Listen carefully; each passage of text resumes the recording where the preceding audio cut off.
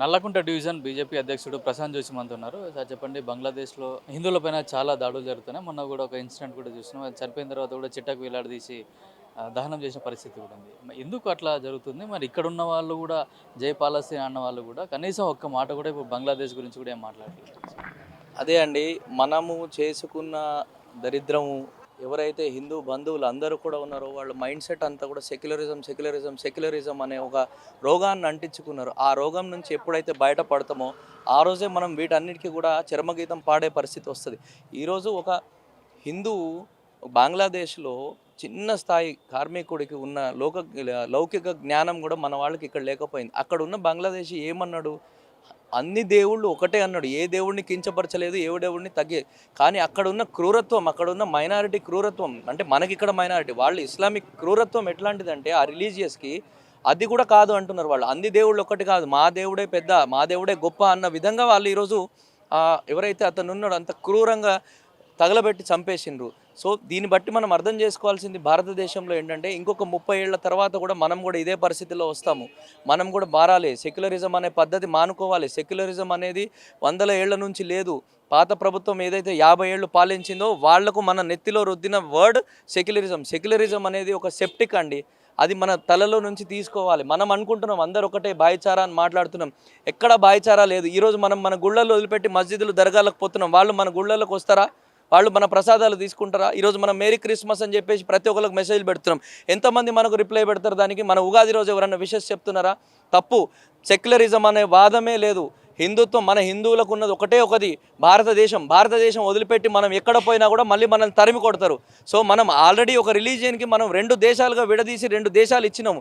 So అక్కడ మనం మైనారిటీగా బతుకుతున్నాము. మనం ఎక్కడో పాకిస్తాన్లో ఉన్న హిందువులను కూడా మనం తీసుకుంటామంటే అప్పుడు ప్రభుత్వాలు ఏవైతే ఉన్నాయో హిందువులను రానియకుండా అక్కడ నుంచి వచ్చే మైనారిటీలు ఇక్కడ సెటిల్ చేసుకునేంత వాళ్ళకి ఇక్కడ బసని చేసినందుకే ఈరోజు మన నెత్తి మీద ఇంత దారుణమైన పరిస్థితులు వస్తున్నాయి. ఇక్కడ మీరు చూడొచ్చు, ప్రతి ఒక్క మదర్సాలో కానివ్వండి, ప్రతి ఒక్క రిలీజియస్ ప్రేజుల్లో కానివ్వండి, వాళ్ళ నెత్తిలో నూరిపోసేది ఒకటే, వందే మాతరం పాడొద్దు, జనగణమన పాడొద్దు. ప్రతి ఒక్క దానికి కూడా ఇదే పద్ధతిలో ఉన్నాం. కానీ ఎక్కడ కూడా మనం ఒక్క వేరే రీజియన్ ఒకటి వచ్చి మనమంతా ఒక్కటే అని ఏ రోజు కూడా అన్నారు. సో అక్కడ ఉన్న పరిస్థితులే ఇక్కడ ఉన్నాయి. ఇక్కడ ఏంటంటే కొద్దో గొప్ప మనం మైనారిటీలో కాకుండా హిందూ ప్రజలు ఎక్కువ ఉన్నారు కాబట్టి వాళ్ళు బయటపడట్లేదు. రేపు ఇక్కడ కూడా 20 ఏళ్ళు 30 ఏళ్ల తర్వాత ఈరోజు బంగ్లాదేశ్లో ఎవరైతే యువకుడు చనిపోయిండో అదే పరిస్థితి కూడా ప్రతి ఒక్కళ్ళ ఇంట్లో అయ్యే పరిస్థితి మన భారతదేశంలో ఖచ్చితంగా వస్తుంది. చిన్న పిల్లలతోటి కూడా వాళ్ళ మత ప్రచారాన్ని కూడా చేపిస్తూ హిందూ వ్యతిరేకి మాటలు కూడా మాట్లాడచ్చు. మన సోషల్ మీడియాలో కూడా ఒక చిన్న పాప మాట్లాడిన విజువల్ కూడా మన బయటకు వచ్చింది.